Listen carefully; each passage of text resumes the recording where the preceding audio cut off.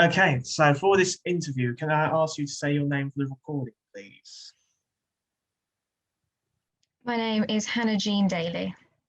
Hello, Hannah Jean. Hello. So we're working with such delicate material like Chekhov and Shakespeare. What would you say is the most beneficial thing about their work? I think with obviously I'm mainly focused on Shakespeare. I think it really gets to like open your eyes and being able to get you help with like a different perspective on work, on the work.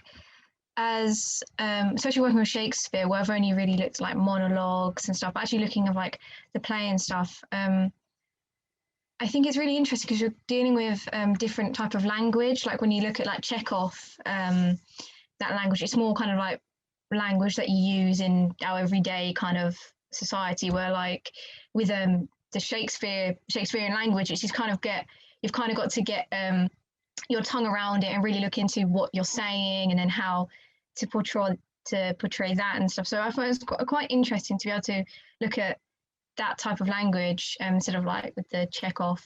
It's more kind of like when you look at what you're saying, it's kind of more easy to understand. With like the Shakespeare, it's more kind of you've got to look into it and really break it down for what you're saying. And yeah, So it's almost say you'd look at the details and stuff of the text, and then you'd almost say, okay, this is what like Macbeth is saying, or Hamlet's saying, or Titus is saying, and then you'd almost break it down bit by bit by bit, essentially.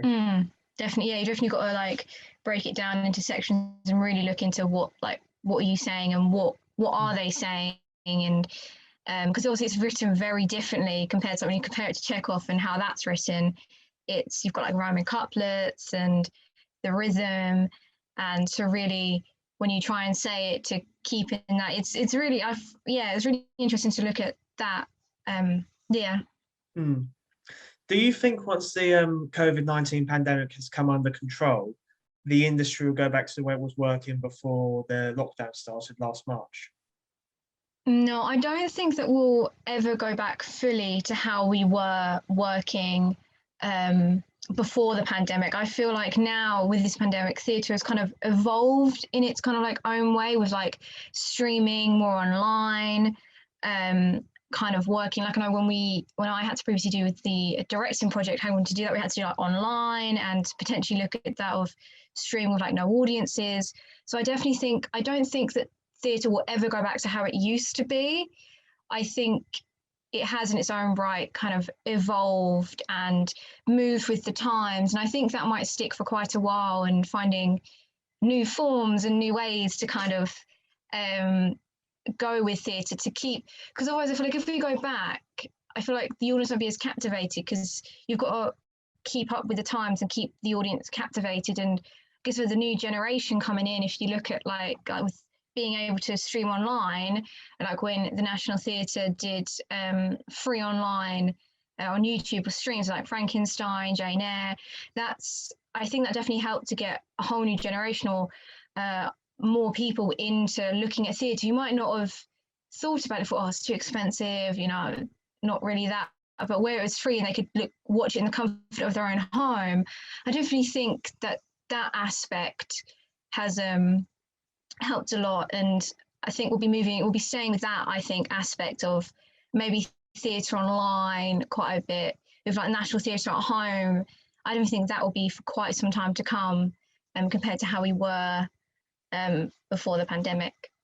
So almost like there'll be sort of a what's it? So people can have the opportunities to not just watch it live in a theatre space or in a theatre, but also have the chance to watch it like at home from the comfort on the safety of their own home. Sort of like what certain movie studios are doing now with the Netflix model and the HBO Max model, with releasing films both in cinema and in home internationally, depending.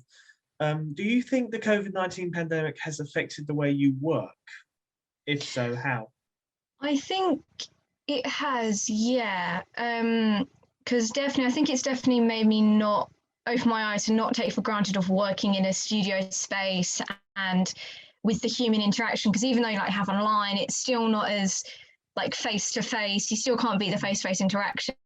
And Definitely, I definitely feel that it has impacted it because, as I mentioned before, when I was doing a directing project, a lot of that kind of rehearsals and that was kind of done online. And it definitely, I think, had to make me think of, okay, how can, because it kind of makes you think of what can I do now? Because I can't physically do anything because where the actors aren't together. So you had to kind of help building the relationship online and think of different ways of, okay, how can I make this script work? Like for doing it online, how can we still rehearse as we would do in a rehearsal space? I definitely think that's helped me.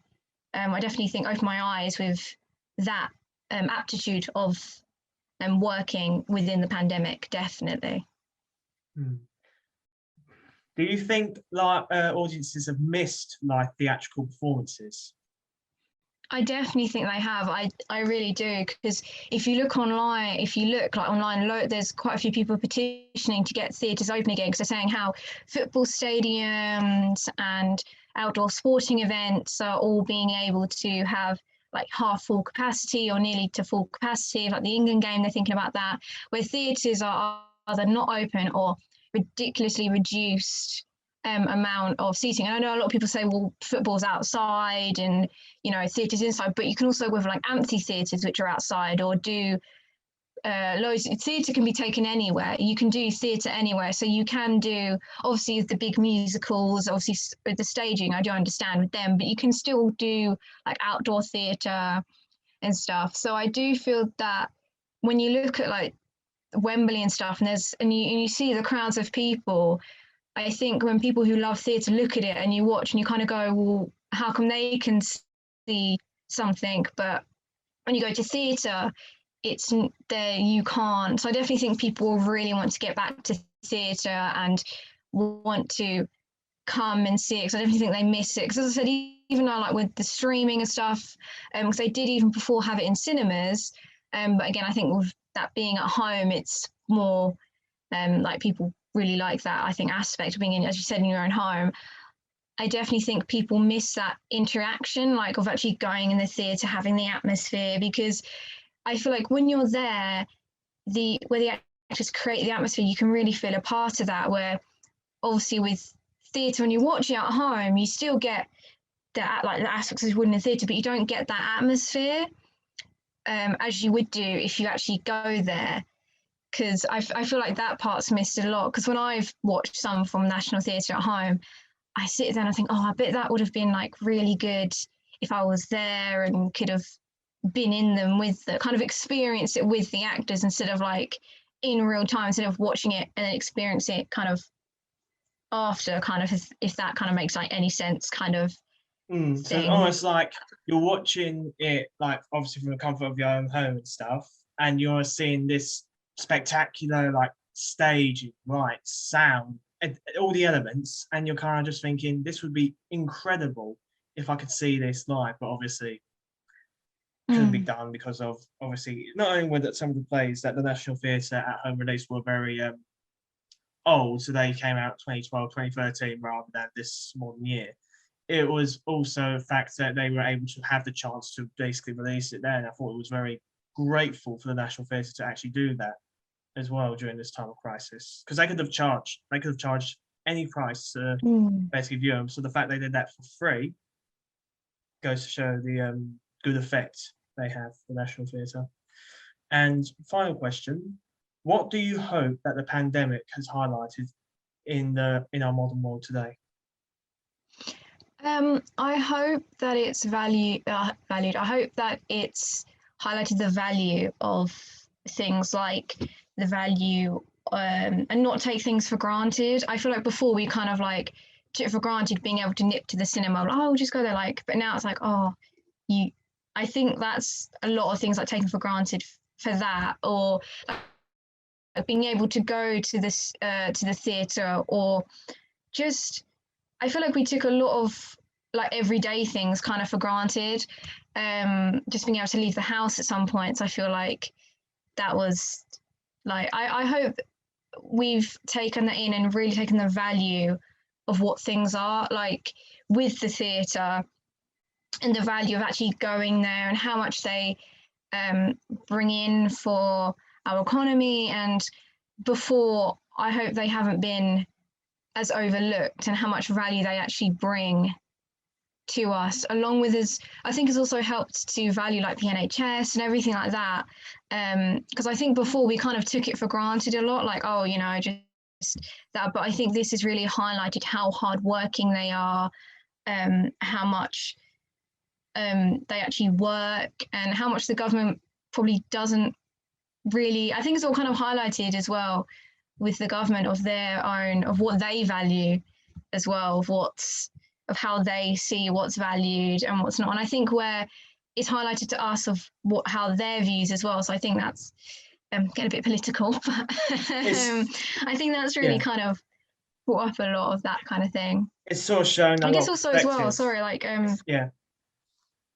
definitely, I think as well, as I mentioned, like just being able to interact with people, I think we took that for granted as well. Just being able to give someone a hug, or just like being, even though you see like doing like FaceTime, video calls, Zoom, I think as well, but just having that human interaction, like just grabbing a coffee with someone or being able to sit indoors. And so I think that was kind of before, it was like, oh, it's everyday things. I definitely think that's one of the things I hope that we will take on and not take any of them for granted, because we know what it's like without them.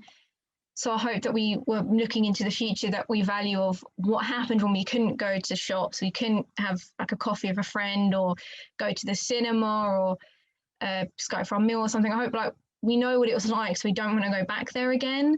So hopefully that's been taken, and yeah, I just hope that we move forward, that not to take things for value, I guess, take things for granted and what the value of actually things are.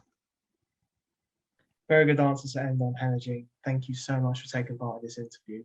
You're welcome. It was a pleasure. Thank you.